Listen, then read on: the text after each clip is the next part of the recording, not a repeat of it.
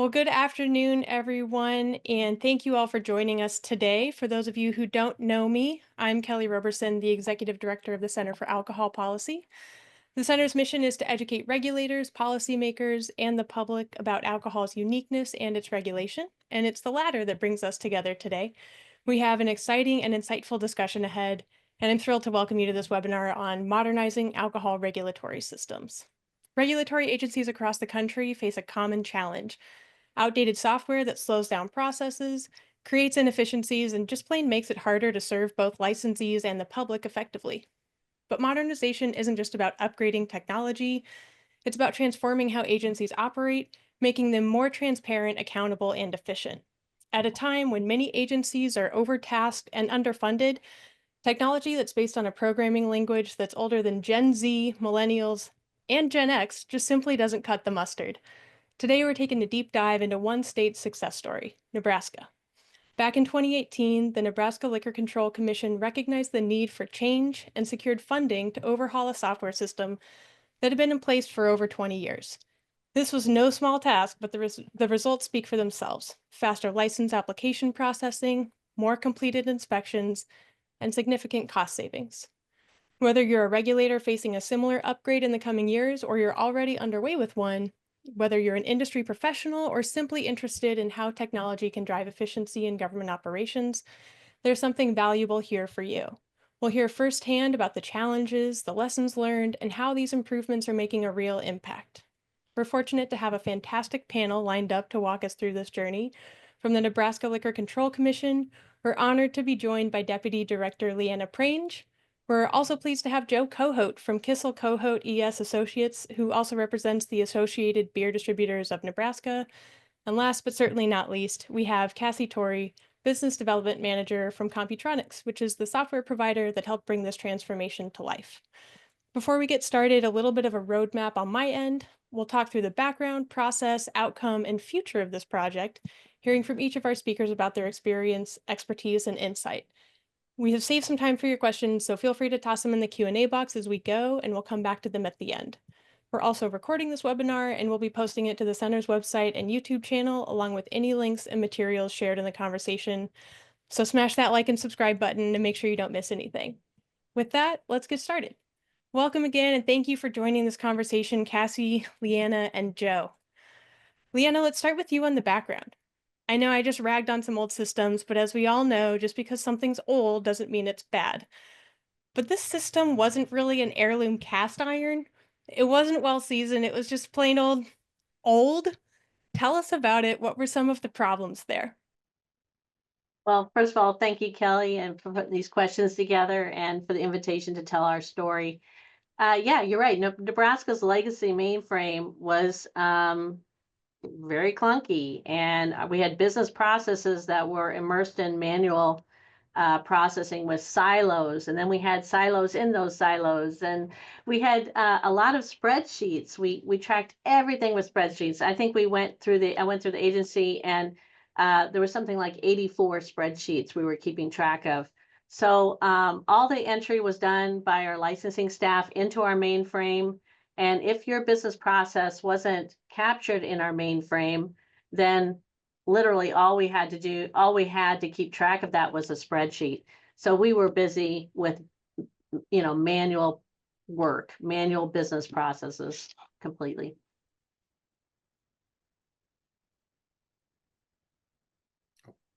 You just went silent, Kelly. Oh, helps when I unmute. It's only been a couple years that we've been doing this. Great. So I guess in a Reader's Digest version, and certainly we just have about an hour today, what was the process? I mean, these upgrades are not cheap. It's pretty involved. What was the process to get the needed funding? Was it difficult? Did you have legislators and the governor on board from the start, or what did that look like? No, I would say everybody was very hesitant. And by I say everyone, I mean everyone.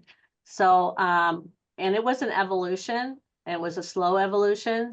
But we did, I'll just kind of go through what happened on my side. I was told by everyone, it's not going to happen. It can't happen. And then I was even told by my mentor, don't do it because it's so risky. And I have to really give a little shout out to our executive director, Hobart Roop.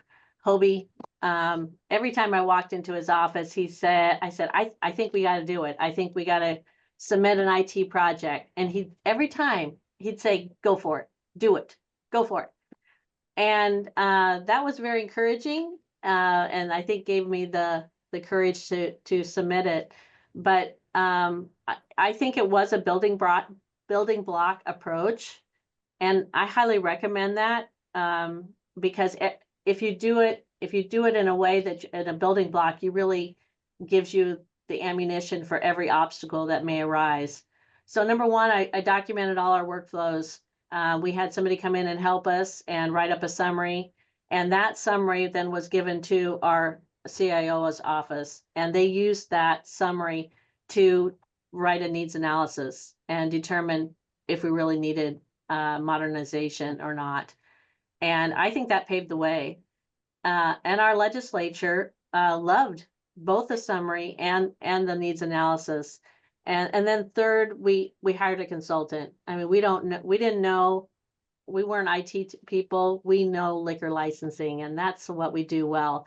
So the thought of doing and accomplishing this large modernization for every workflow was quite daunting. So we had 8 phases of work with our consultant, and they were readiness assessment, assessing our readiness, requirements traceability matrix, creating user stories, which were really good. We hear from in our RFP, we use them. Strategy planning sessions for the RFP and really helped us create the RFP. And then evaluation, selection, and scoring assistance. And then program assurance during our implementation, and then gap analysis and implementation readiness. And then last but not least, user acceptance testing preparation and assisting us with making sure we're ready to go.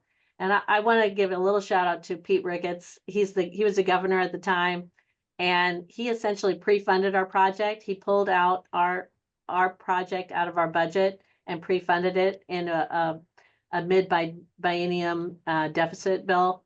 And so for any budget officers out there, that was huge because we were reappropriated, and that really set us up well. I mean, what a variety of takes too. Someone saying, "Don't waste your time, don't run your head against that wall," and then having Hobie say, "Go for it," and then having your legislators and your governor on board too. That's the gamut. But excited to hear that you were able to get that funding. What was crucial in making sure this project was successful from the start? It sounds like you had this 8-step approach, but you got to start off on the right foot and heading in the right direction. So what was crucial in making sure that was really starting off on the right foot? Well, this is where I really want to highlight our consultant. That was Gardner Consulting, and they were our angels in heaven. I can't say enough good things about them. And the 2 people that really walked us through this was Christina Rinaldi and Francis Bressler. And they understood us so well, and they were really our insurance policy. I could have a separate webinar just on them because they were that good. Their phases of work really covered us. And once the implementation with Computronix started, it's like they handed us off to our vendor. And then, it was just perfect. And then finally, our gravy on top, or our icing on top, whichever one you like the best, was the NLCC, our internal team here. They were superstars. I can't say enough good things about our team. We had some risks, and you'll need to, our team at Computronix really worked to identify every one of those risks. And I'll say a couple of them were data conversion, change management issues with long-term staff. We lost 30% of our staff, and we can think that was a negative, but it actually turned out to be a positive because superstars came forward with our current staff. So, and then we had state purchasing and procurement difficulties, and then we had a real risk for RFP scoring. How are we going to score when we don't have any IT background. And so Gartner again came through with an invaluable scoring mechanism, which was pivotal to the right vendor. Great. Well, we'll have to schedule that Leanna gratitude giving flowers webinar for another time. I'm sure that will need another hour.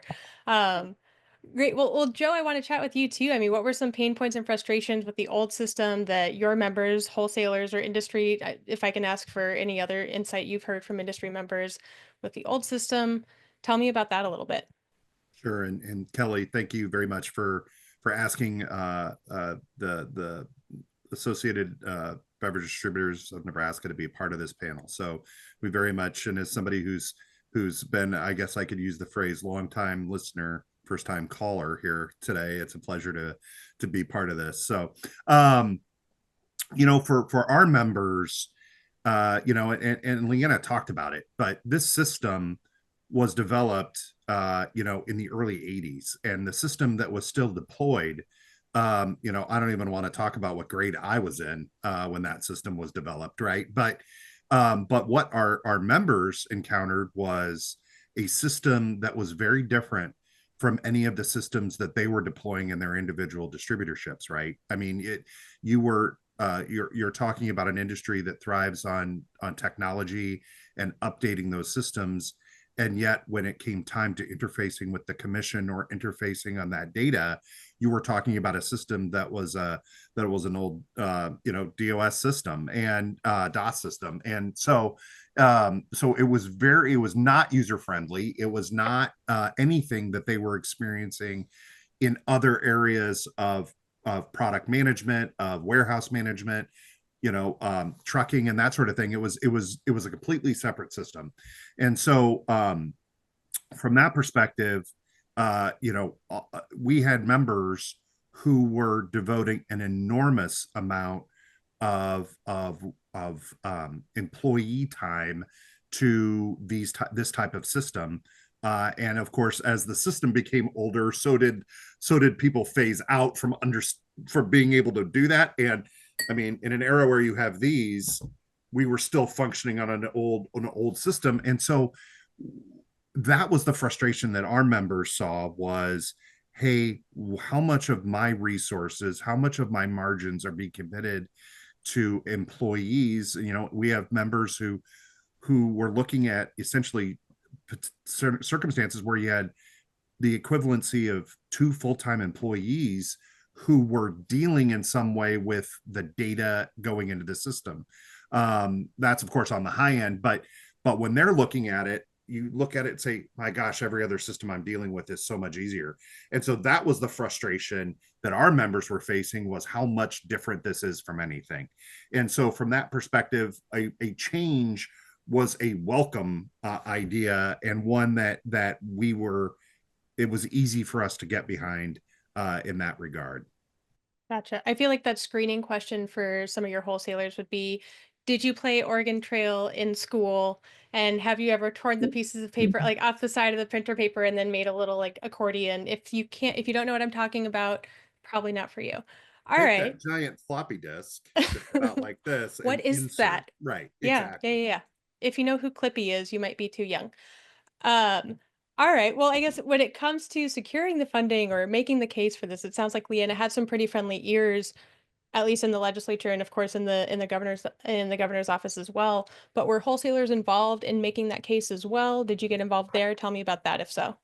Sure. Leanna, it once the commission made the decision to move forward and that they had done what they did in terms of with the consultant making the pitch to the OCIO and then ultimately to the governor's office. And I want to second what Leanna said, and that is we were fortunate, the state was fortunate to have Pete Ricketts as governor at the time. And for those of you who don't know Pete's background, his family founded what ultimately became TD Ameritrade, and so technology to the Ricketts family is an essential way of life. And so when you start talking to them about and to him about these old systems, it was very easy for him to come around and say, "Oh my gosh." Then you add in the fact that you have industries in our wholesalers that are generating potentially certainly in the top five remitters of tax to the state of Nebraska, we want to make sure it's right. We want to make sure it's being done effectively. And so there was a very welcoming, the state very much welcomed the input. And it's not very often, in my experience, that you have the regulator and the regulated industry on the same page at the same time saying, please, please do this. And so, and as Lena said, things hit right. And so we were in the position to be able to talk to the members of the appropriators and to the appropriations committee, and being able to testify in support of that budget, and saying it's the right thing to do. Please do it. And that was the message we continued to say to regulators, or excuse me, to appropriators through that process. Great. Great. So moving forward in our roadmap, we have the funding, we have some steps. Let's talk about process. Yeah. Cassie, welcome to the conversation. Hello. From a Computronix perspective, I guess what made this process and implementation so successful? Bring us up to speed on that. Yeah, sure. So Computronix is the vendor that brought this system to life. And, you know, there were two primary things that I would say really set Nebraska apart and set them up for success in the implementation. The first, just being in the system. You know, we have a proven methodology for implementation. We know it works, but the client has to be in the system and follow the process along with us. And in Nebraska, the leadership emphasized, so Leanna and Hobie, they emphasized the importance for staff to be in the system, engaged. They created the expectation for that, and they also allowed for time for them to be in the system. And it just made all the difference. So part of our implementation process is hands-on. We go to the client, we are there sitting with them, computers out, and they're in the system, walking through every workflow. And so we needed to make sure, as we set the agenda, and we worked on that together with Nebraska, we had the right people in the room who work those workflows every single day to give us the feedback, so we knew what was going to work out of box and what needed to be configured and changed for their unique process. Being there in person created trust and a rapport that really comes into play later in the process. So change management, I think that's the second piece that was really instrumental for them. They were so open to changing processes to fit in the out-of-box solution.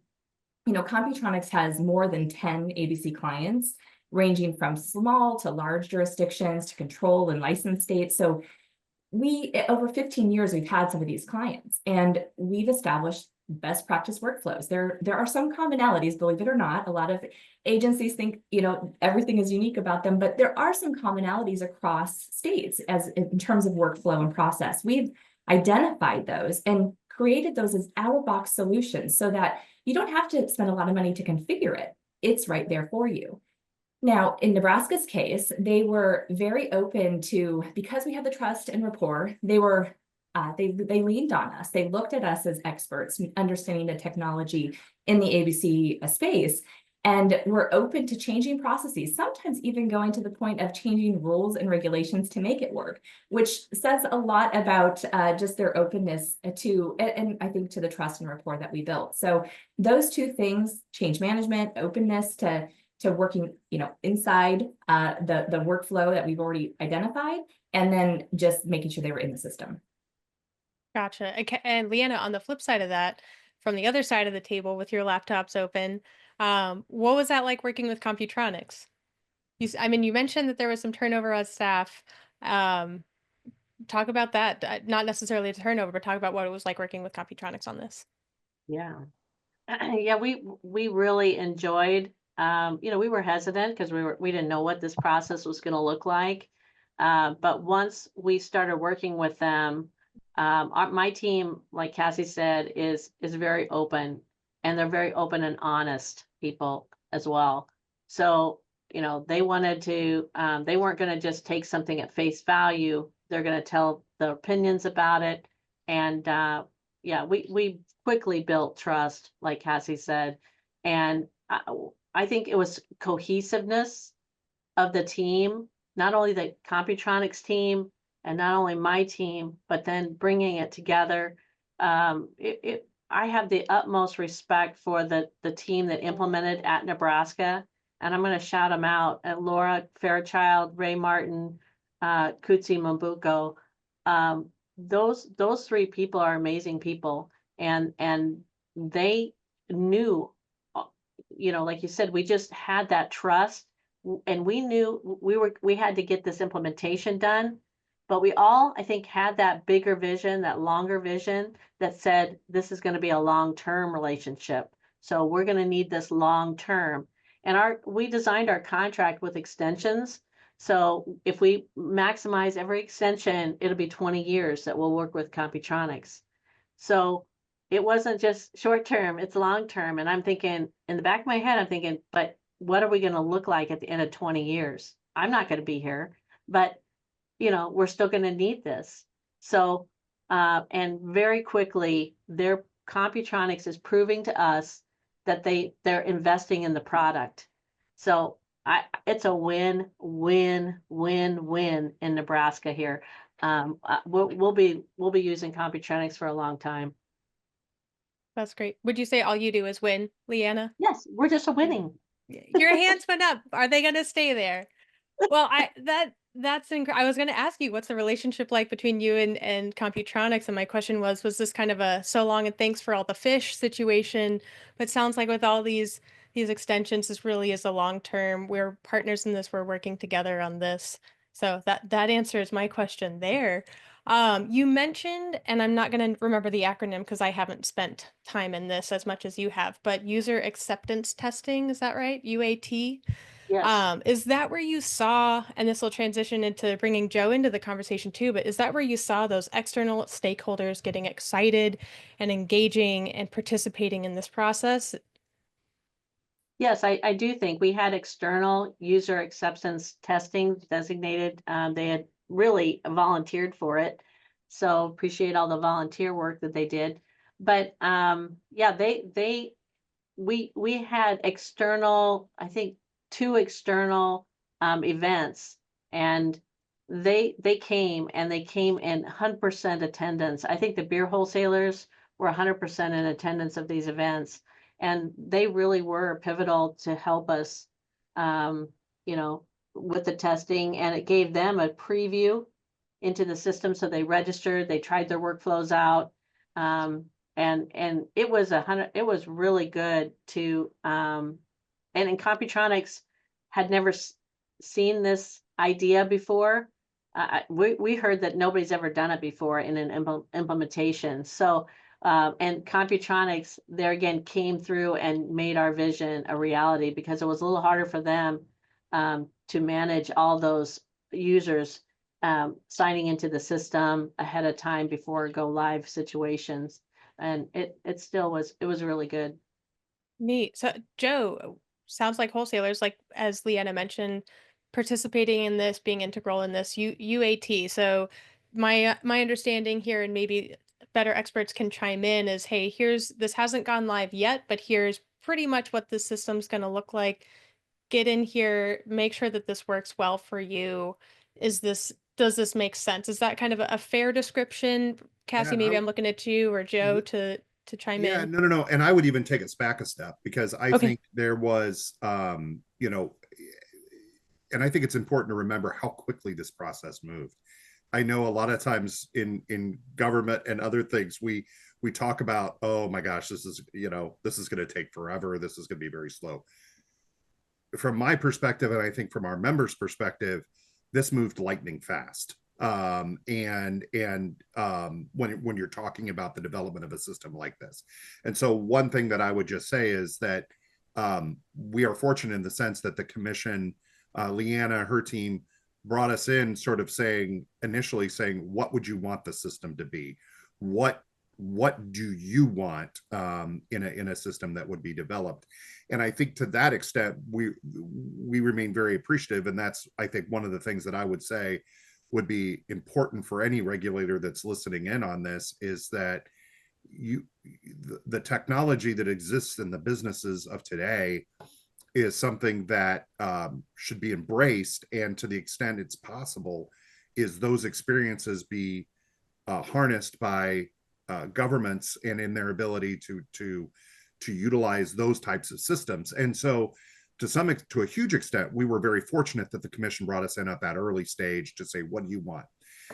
And so as we went through and then ultimately got to the registration process, all of our wholesalers were at each wholesalership in the state had an attendee in at the registration to learn the system and to understand the system. And as my recollection was it was about a 2-day process to do that. So these, when you talk about pulling somebody from their job for 2 days at a distributorship to say, okay, now you need to, we're going to rely on you to do this. I mean, that's buy-in right there, right? And so we were fortunate in that sense that we were asked to do that. We still do have those individuals who are identified as sort of the I'm going to call them guinea pigs. That's probably not fair, but there's still those folks who are available to the commission for purposes of any updates or any changes that might need to be seen. And so we're fortunate in that regard that we have that good working relationship with the commission to be able to do that. Wow. Yeah, I guess when you were talking about the difficulties and the frustrations with this old system, what were I mean, were these resolved? Some of these issues? I guess I'm also maybe jumping ahead here. So yeah, why not? I guess Well, here we go. Well, not to steal thunder, and obviously this process went well, which is why we're here today. So I mean, this project was so successful, and everyone on the other side of the Zoom says, "How successful was it?" But I guess Leanna, we'll go to Leanna first, and then talk. Then Joe, I do want to hear from you too. Um, Leanna, what were some of the biggest successes you saw with the go live? Well, yeah, if you can bring up, I have some stats, so I think we're go to slide 1. I Sure. these Let me these are get the that. most exciting things for me to look at. So, and I'm not going to talk about each one of them. I'm just going to sing out on maybe one up per page. On slide 1, right there, the outside reviews. I mean, our agency deals with 5 external agencies when processing every liquor license application. And, of course, we had the spreadsheets. Now all of these are within our posse system. So it's just, it streamlines everything. It's just amazing. Yeah, those, and feel free to read the other ones, but on slide 2, I want to talk about that one a little bit. That first one, our shipper reports were emailed or mailed in every month, and we have 800 shipping licenses that report to us each month. So these were manually, brought in, opened, then they're scanned, or if they're emailed, they're saved into a tracking system, a folder, then they have to be tracked. And if we want to ever verify anything, that's a whole nother deal. But now what happens? Nothing. We do nothing. The shippers, they submit online, they report every month, and the term that Ray Martin used for us was automagically. They automagically approve, and it goes into our system. Nobody touches them. Nobody even sees them. And all we do is run a report and determine how many shipments are being shipped into the state and to which wholesalers. So it's saving a ton of time and effort. And that brings me into those same people then brand registration became a law in Nebraska July 1 of 2024. So those same people have processed 43,126 alcoholic beverage brands since July 1. So you talk about efficiency. This is like win-win-win. The winning just keeps happening. So we're really excited about all this. Slide 3 then, I think our premise inspections and therefore our citations and therefore our hearings have increased 136%, which means our fine revenue is also going to be increased. And another new return of investment is our ability to now have real tracking for compliance of nonprofit organizations. Nonprofit organizations were an area of manual tracking in our old system. They're a type of legal legal entity that gets their own nonprofit license because they can only have so many, apply for so many one-day event licenses. So we can track that all within our software. I'm telling you, this is, it was transformational, what the efficiencies that we've seen so far. I want to go back a slide here. And I was a Spanish linguistics major in college and international business studies. So there was no real math involved there. But to do math on this here with the shipper reports and direct to consumer annual reporting, so you're saving, so 25 plus 63, that's 88 hours, I believe. That's a little over 2 weeks time every month saved, that now your staff can get out into the field and conduct those on-premise inspections and do those investigations. I mean, it's not as though you're not doing anything, like you said, but these reports are running, so you don't have to spend the labor to do that. You can now analyze what these actually mean and act on them. That's incredible. I hadn't done the math on that before this call, so sorry to do that in real time and take over maybe point of privilege here. But I'll stop sharing the screen, and for everybody who is tuned into the webinar, we'll be sure to share those slides with everything else as well. Wow, Leah, that was great. Joe. And I have many more efficiencies. So if anybody wants more, I have a whole listing of them. Those were just a smattering of some of the top ones. So Thank you. Joe, I cut you off earlier. Let's go back to you now. But what, like, with this updated system, did you see success from it? Was this something that, I know you were bought in, but this was the outcome which y'all were hoping for? When we go back and you look at kind of how I started this, right? Like when our members were looking at this, and you have individuals who are literally taking Excel spreadsheets and retyping and taking the Excel spreadsheet, and they are literally retyping them into a computer system, and that is consuming as much FTE time as it was. You just need to look at Leanna's presentation and understand we're seeing similar benefits on our side as well because of the ease. Now you can upload that Excel spreadsheet versus having to have your Excel spreadsheet and retype it. And those types of things are incredibly helpful to the members of our association. I would argue that you go from a very labor intensive system under the old one to a very updated, friendly system in the new one. You see those types of benefits like what you just saw Leanna talk about from their perspective. You're seeing that also on our side. And so in that regard, it achieved, a lot of return for our members as well. Great. Well, let's look forward, I guess. Now that this has gone live, you've started to see these returns on investment. Let's look into the future, I guess. Leanna, what are you able to do now or have the bandwidth to do now that you're not processing these reams of paperwork? I mean, we touched on it a little bit, but anything else you want to add in there? I have a few areas. One big area is our enforcement. Our investigators are Nebraska State Patrol officers, so they're pulled in to criminal work, and so it's always a challenge for them to maintain their roles of what they're doing with inspections and compliance checks. But they've enjoyed it so much that we have a Posse mobile app that they utilize, and premise inspections from 2023 were around 500.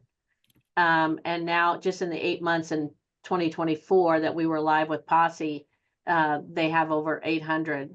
So 42 a month to over 100, and we're just getting started. That's one area. Onboarding staff and cross-training staff is so much easier in Posse. Imagine, sheets of, this is what we do first. And then, now it's just, you can see the flow. It's so much easier. Our staff, I think, enjoys having more access because they're broadening their own knowledge, so they can do more things, and we're not so siloed. And they're able to do more in-depth reviews. So they're actually looking at the applications. They're actually catching people that have ownership on multiple tiers.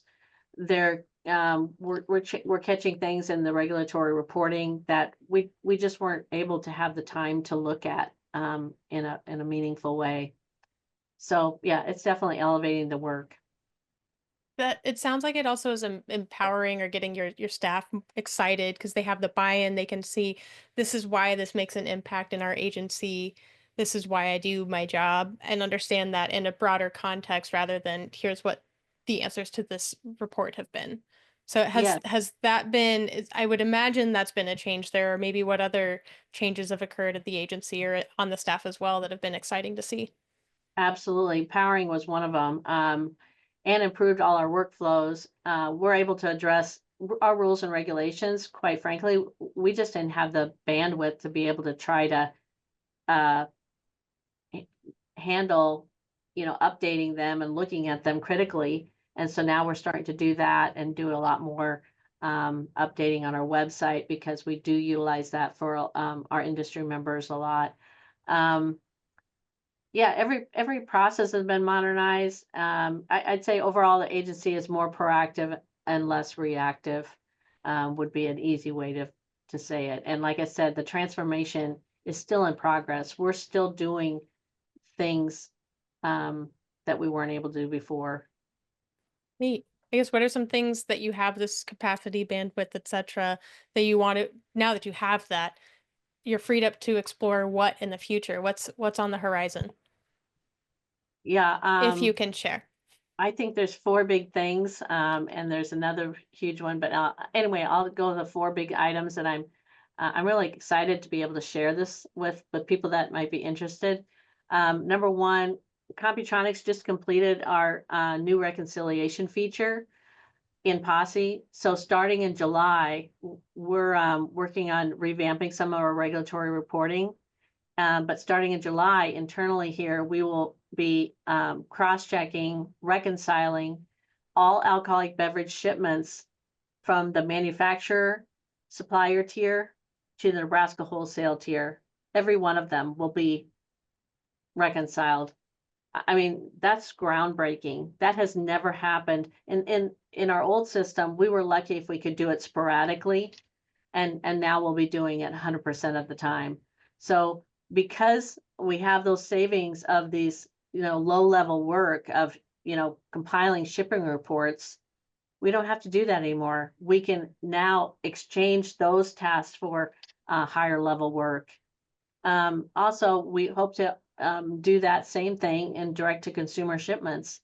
And that's been a huge area that we just didn't have the capacity for, and we didn't have any tools to do it. So we're hoping to branch out into that. We have audit workflows for the first time ever. So we're still in the process of creating templates and inspection tools for auditing. And then we can use those and communicate more effectively with licensees, even during an audit. Hey, we did this review. Hey, we need these few records. So we're working on that. Also, we're creating our own alcohol server training program. So the education workflows in Posse are very robust. We're so excited about it. And we plan to use that functionality even more broadly when we interface with our own alcohol server seller program. And because we do have a lot, I'm just going to say this briefly, because we do have a lot more efficiency, Nebraska Liquor Control Commission may be tasked with medical marijuana. So we might be, just utilizing our own staff for some of that as well. We'll see how it Wow. goes. All right. Well, Cassie, I also want to bring you back into the conversation. I guess looking to the future, if there's anything that you also want to respond to, feel welcome to do that. But I might start with the question first. But as other states are considering updating their systems or putting together their RFPs, what are maybe some words of advice, encouragement, or even caution when going about that process? Yeah. So I think there are a couple of things that I would encourage states or jurisdictions to think about when they're going out to RFP for a new system. The first is really documenting your workflow processes. There is no detail too small. It's really important to try to capture every step you take across all of the different operations that you do. Having those clear requirements will be tremendously helpful because, quite frankly, once an RFP is out, the cone of silence happens and a vendor can't communicate and get clarification. What did you mean by this particular requirement? So really clear requirements with user stories. The user stories put the requirements in context inside of your business operations. So when we have those questions from a vendor responding to the RFP, those user stories become really powerful. And if you have change in leadership, which isn't uncommon that would happen from the time you're developing your RFP to the time you have selected a vendor and now you're in implementation. I mean, that can be a 3-year process there or longer in some cases. Leadership can change, staff changes. So, it's not uncommon for us to sit down in implementation and say, well, what is this requirement? And nobody has a clue why it was even put in the RFP. So it's really important to document this stuff clearly and have those user stories to provide the context. The second thing I would say is be prepared to invest in the solution regularly. And the reason I say that is because technology advances. If you have a good vendor, they're going to continue to invest in R&D in that product. Just as Leanna just described, new training requirements, brand registration. Often what we are seeing with regulatory agencies, that it's expanding, not shrinking what their responsibilities are. Your system needs to be future-proof to be able to grow with you as your responsibilities change. So that's really important to think about how you will be investing, yes, this one-time investment, but the maintenance of the system and how you will grow over time with the system. And then I would say, and Nebraska did such a great job with this, but preparing staff and stakeholders for the change to come. That early and often communication throughout the process, before the process. I mean, Joe talked about that. They did an excellent job of bringing stakeholders and licensees in early so you can get that buy-in early. And, who knows, maybe they'll help you advocate for the funding that you need to get the new system. And when you think about vetting your vendor, I would just encourage jurisdictions to think about going beyond the technical capabilities. A lot of most vendors are going to tell you they can do those technical capabilities, but how they treat the client through the implementation process is also really important. And you'd want to make sure a vendor isn't selling you their A team and then giving you their B team in the implementation. And you can vet this in a couple of ways. You can ask for references. You can look for active lawsuits that they may have for failed implementations. You can look at how many failed implementations a company has had on record. Computronix is very proud that over our 40+ year history, we have had no failed implementations on any of our projects across any products. And we believe it's because we're an in-house shop. We do everything. We're the CX employees who sell you the product. We're the CX employees who implement it. We are the CX employees that provide you customer service after the fact, and also then same CX employees that are going to be helping you enhance your product over time. So that is pretty critical when you think about implementation. And technology software solution implementation is ripe for failure. So over 40 years, more than 40 years, no failed implementations. To us, that really expresses our commitment to the partnerships we spoke to. And then you can look at longevity of our clients, which we've had some ABC clients for more than 15 years. They're not going to stick with you if they don't like what you're doing. So we're really proud of that. And these are a couple of the things that I would just encourage states and jurisdictions to think about as they're going out for RFP. Yeah, I like your point about this isn't really a set it and forget it. I mean, unfortunately, I did weed the garden last year, but I got to do it again at some point, unfortunately. Yes. Yeah. Yeah. Well, I also costly endeavor, if you wait too long, then you have a huge amount Mhm. of the lift, and that is hard to come up with the funds, and it's a big change management. So it's important to think about it over time. Yep. When making a pitch to buy a more expensive bike, I like to say buy once, cry once. I have shed some tears, but it's worth it. It is worth it. I want to plug here. I know the National Liquor Law Enforcement Association and Carrie Christophus has been working with the National Alcohol Beverage Control Association, NABCA, on identifying some functional specifications to help guide regulatory and enforcement agencies as they look to modernize their systems when they go out for that RFP. I know they're currently focusing on their efforts on licensing and enforcement, but I am not the person to speak to about it, but that did ring a bell. I do want to give the plug for the hard work that Carrie's been doing there. So if you have any questions, I would definitely, sorry, Carrie, I'm volunteering you to have people get in touch with you, but I think certainly a worthy and excellent resource there. I want to be mindful of our time, and we'll shift to Q&A and kind of point of privilege here. I will ask a question of Leanna. I know you spoke earlier about some amazing stats, really it's kind of flashy stats, right? Streamlined processes, increased inspections. What are some of the less flashy wins, if you haven't already mentioned that you've seen with this implementation, something like unexpected but surprisingly helpful? Oh, great question. Yeah, we really felt like there was a couple things that really set us apart. Just as we heard people's feedback, Computronix's feedback, a robust user acceptance testing internally is very, very important.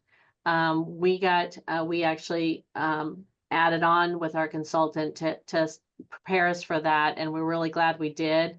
And then we just kind of learned some things on our own.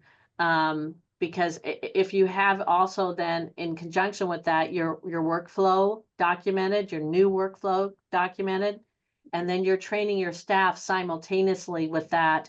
And then when they go into user acceptance testing, they kind of go off script a little bit. And we really caught a lot of little bugs or something that maybe we weren't thinking about because you're already planning your new workflow.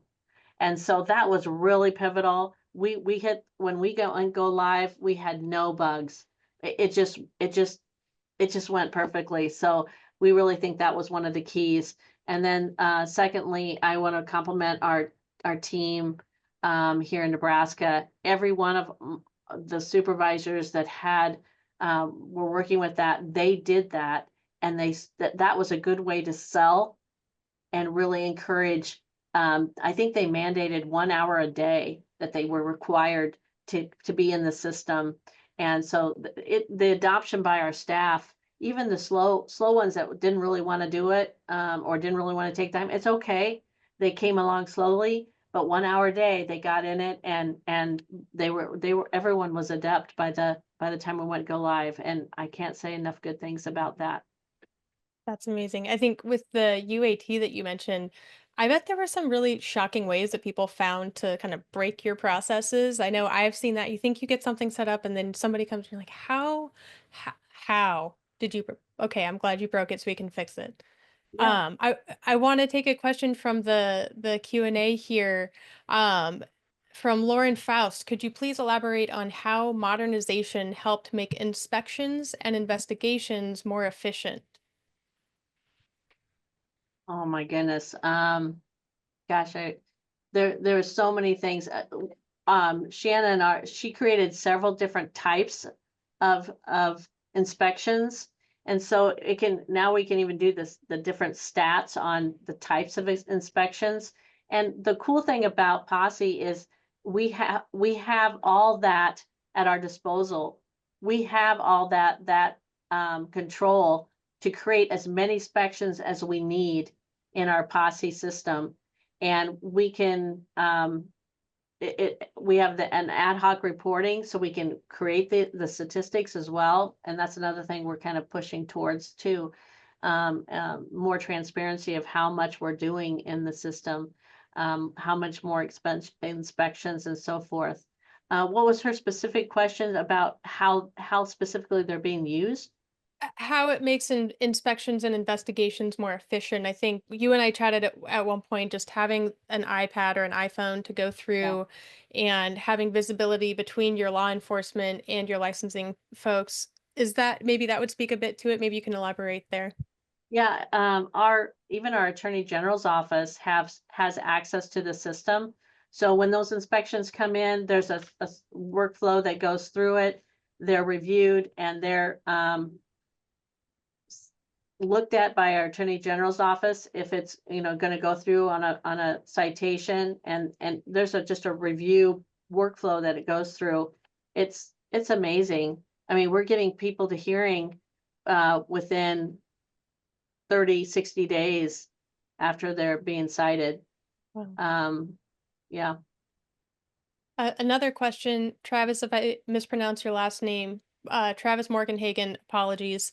From a law enforcement perspective with the mobile app, does this allow agents to see permits and other documents from the field? I think the answer to that would be yes, but go ahead. Yes, they have full access to the system as well. Great. And we Great. have even our licenses have a QR code on them, so they can go right into a location, a premise, and, see the license that they have displayed, click on it, and they can just see if it's active or inactive. Great. Also see the conditions that are on that license, if there's Yes. have, trained staff. It really gives a nice line of sight in the field for inspectors in real time. Mm-hmm. Great. From the Commonwealth of Pennsylvania, Tisha Albert. How many entities are licensed in Nebraska, and did the implementation and automation of the system affect personnel count, such as personnel cost savings, perhaps through that attrition? We have not reduced staff at all. I think it's still progressing, but we're building, just like Cassie kind of mentioned, we're doing so much more that we weren't able to before, that and we're expanding on so many areas like our education, server seller program, brand registration. I mean, it just, there's so many new things that we're doing here. I think you said it really nicely earlier, Leanna, that, instead of the busy work of pushing paper around, you're able to get to the meat of the work, of the regulatory work you're supposed to be doing, right? In the ideal world. So it's created some unique opportunities to dig in a little bit deeper. Mhm. And I think we have around, I want to pull out around 6,000 licenses. All right. To that point of licenses, from Henderson, Nevada, Pam Erickson, some agencies have a huge number of license types. Did your agency have this problem, and if so, how did you deal with it? Yes, we did have quite a few. In fact, our mainframe was, because we went through the letters of the alphabet, we were having difficulties because our letters were all used. So, but now we can have as many unlimited license types as we want to.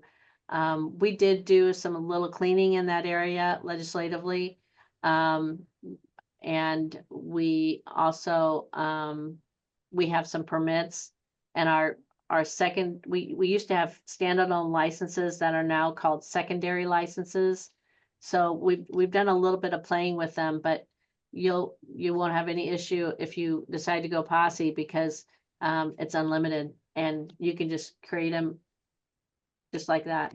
So Yes. I think this might be a good time. I know, Cassie, you had sent over is it the customer portal for NLCC? Maybe I'll drop that into the chat for everybody to be able to access and poke around there to whatever extent. And I also want to make sure that I share this case study that gives some more info and background about timelines, etc. I know we had a question about how you mentioned, Joe, you said this was implemented like lightning fast. How lightning fast is lightning fast? And I guess how long was that project from, okay, we've got the funds and now let's do it, the implementation project? Perhaps the case study speaks to it. I think it does, and I might just direct folks there. Yeah. All right. And I'm going to have to operate a little bit off of memory, but my recollection was that it was 2019 when the legislature approved the budget, that they essentially reappropriated dollars that existed in the budget in 2019. And Leanna, if my memory serves me correctly, you guys were off to RFP maybe as soon as that summer, to start looking at systems, a consultant, and then ultimately to systems. And what was implementation date? I can't remember the exact. I think we started in January, we kicked off, and it was a 16-month implementation. Right. So that was January of 2022. I will give a heads up now that I think we'll go over a little bit because we have three really good questions that I want to make sure we answer. From Peter Heisiga, could you speak to any interagency challenges or wins?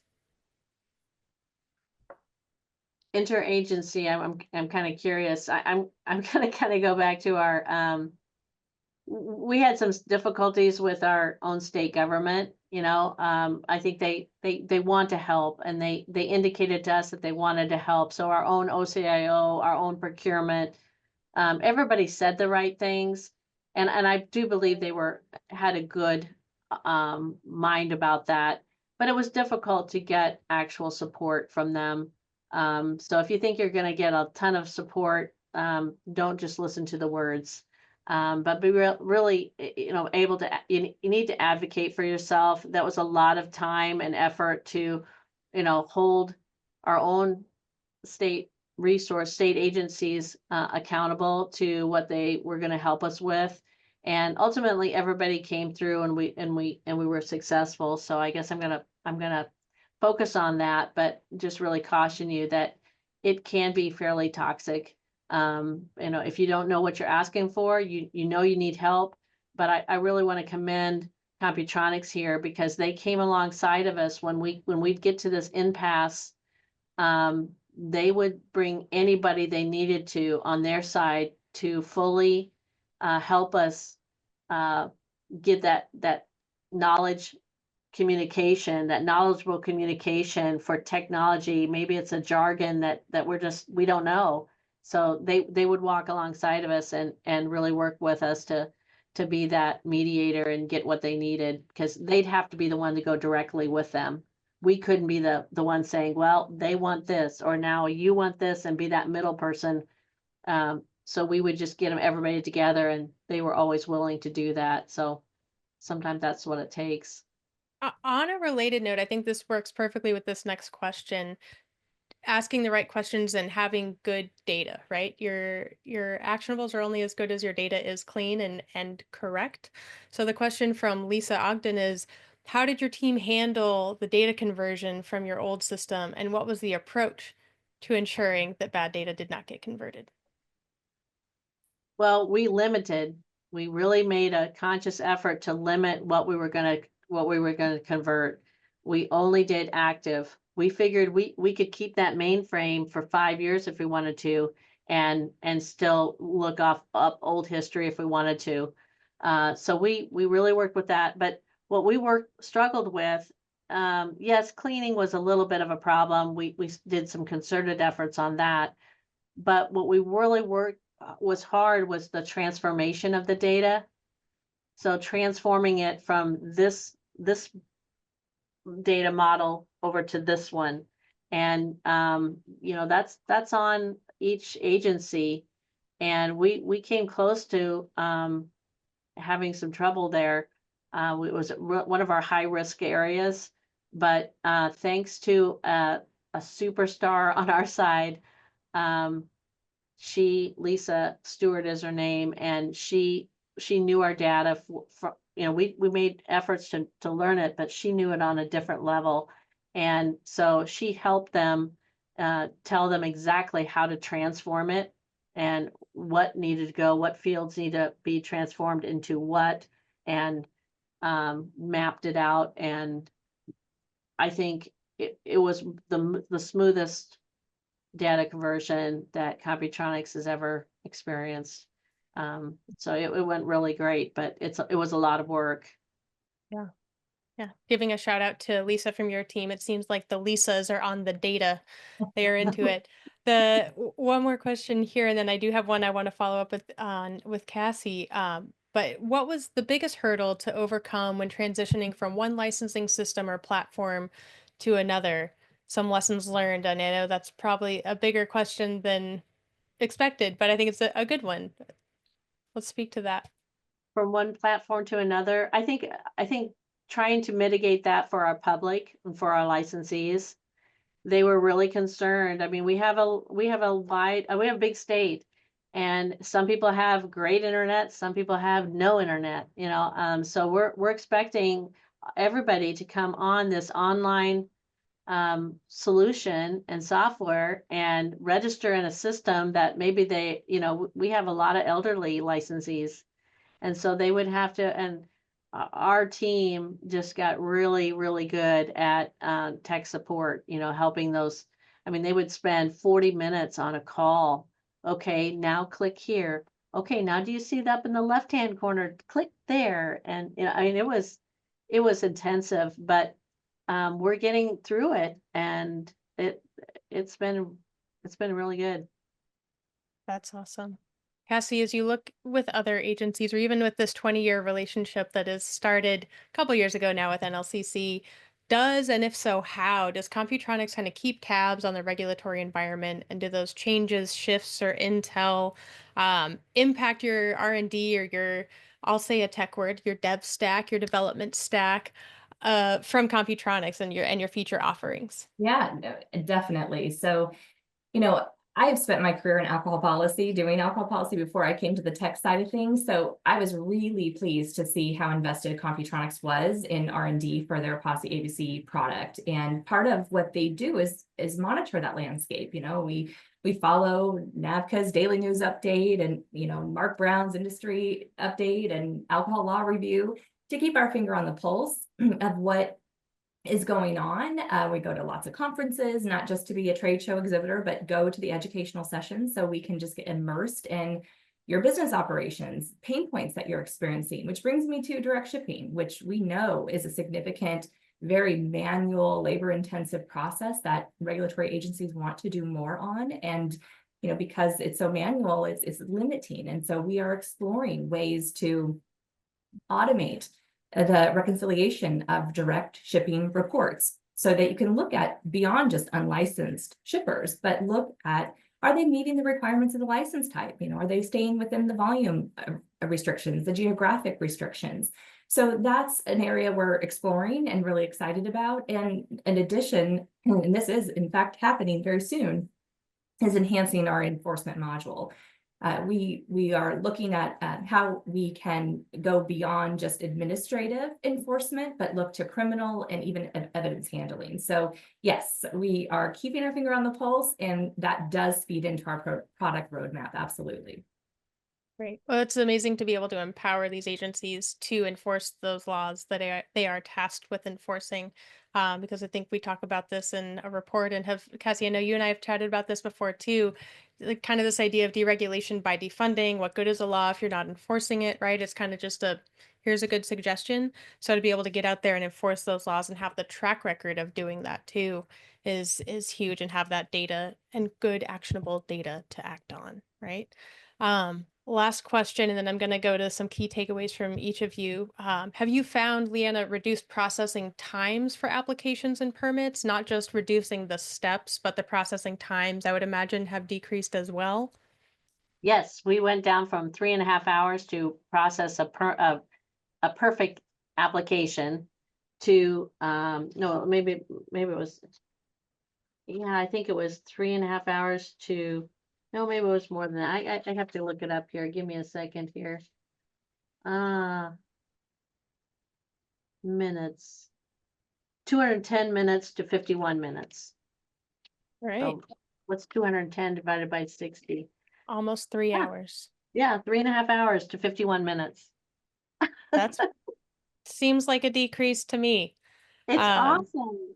I mean, it's survey almost says. unbelievable. I thought I had it wrong because it was so unbelievable. Great. Well, I know we have gone over, but I think it's important, and I find this important for not only our conference, but here on these webinars as well, in case someone on a Friday afternoon has perhaps tuned out for a little bit. Let's go to some takeaways. And I guess this is kind of your space for, should folks remember nothing else from what you said, you want them to remember X. So, Joe, let's start with you. Thanks, Kelly, and thanks for the opportunity again on behalf of our members to be on this panel. And many thanks to both the co-panelists. I think the one takeaway that I would say, and certainly from a technology perspective, I'll let Leanna and Cassie talk about that. But from a process standpoint, I think there are two things that I would say. One, demonstrate, I think it's important to work with your business partners and those who are regulated to develop a plan together for how you're going to work on this process. And so to the extent that you can bring the regulated industries in quickly and talk through key concepts of it, and then let them be your friend in this process to advocate and to work to advocate with you for it. And this is plenty of opportunity where the commission saw an enormous benefit for a new computer system, but we were also the beneficiaries of that new computer system too. And so so the extent to which we can work together is really important. Great. Cassie, let's toss it on over to you. I would just end by saying, effective alcohol regulation relies on efficiency, transparency, and collaboration between these agencies and all their stakeholders, but particularly their licensees, as Joe was just saying. And so by leveraging a modern technology with a proven vendor, and that's a really important, go back to how you vet your vendors, regulatory processes can become more streamlined, compliance can be more accessible, and industry oversight can be more effective. And I'll just end by saying, if you're thinking as an agency of going into an RFP and you're not in the code of silence yet, consider us a partner. We have lots of expertise in this area. We have just a lot of resources we would be happy to lend you. And I'll be at a number of conferences coming up, so there's ample time to engage. I'll be at NABCA's Legal Symposium in a couple weeks, and at NCSLA in June, and CAP in August, and finally ending the year at NLEA's annual conference in Texas. So yeah, just let's start a conversation if you want to. We'd be happy to be a resource and a partner. Awesome. Thank you. Home on the Leanna Prange. I've been waiting all webinar to say it. Play us out. What's your takeaway for folks? I found, in thinking about this webinar, I remarkably ran into a note I had on my phone, and it was from 2021, so way before we even started, how to succeed. And there was 4 things. Find a vendor who has a vision for a long-term relationship. So they got to be solid. Number 2, be fully empowered and invested in long-term goals. If you're not empowered to make decisions very quickly, you're going to fall behind. Number 3, find a team of people that are willing to put in tremendous effort and work. And I'm thankful for mine. And 4, find a consultant. If you don't know what's going on or you don't have the knowledge, that's okay. You can find somebody, and I'll hook you up with Gartner because they were awesome. Great. Well, thank you. Thank you to all of our speakers today for sharing their insights and experiences, and to everyone who joined us, all of y'all who hung on until the end. I appreciate it. It's clear that modernization isn't just about new software. It's about creating more efficient, transparent, and effective regulatory systems that benefit agencies, licensees, and the public too. Nebraska's success absolutely demonstrates what's possible when innovation meets thoughtful implementation. So hats off to Leanna and her team and everyone else she's given shout outs to for their willingness to being open to change and not just falling back on, well, we've always done it this way, but really rolling up your sleeves to overhaul this system. For those who are in attendance, if your state or agency is considering a similar transition or is already in the process, again, we hope today's discussion provided some valuable takeaways. I know each of our speakers, as they've said, is happy to serve as a resource. Joe, I'm volunteering you should you have questions, and the same goes for me too. But as I mentioned, this webinar will be available on our website in the coming week. So thanks for your attention and interest. And with that, we'll wrap up and send everyone off for a wonderful weekend. Thanks again. Thanks, Kelly. Yep. Thanks, y'all.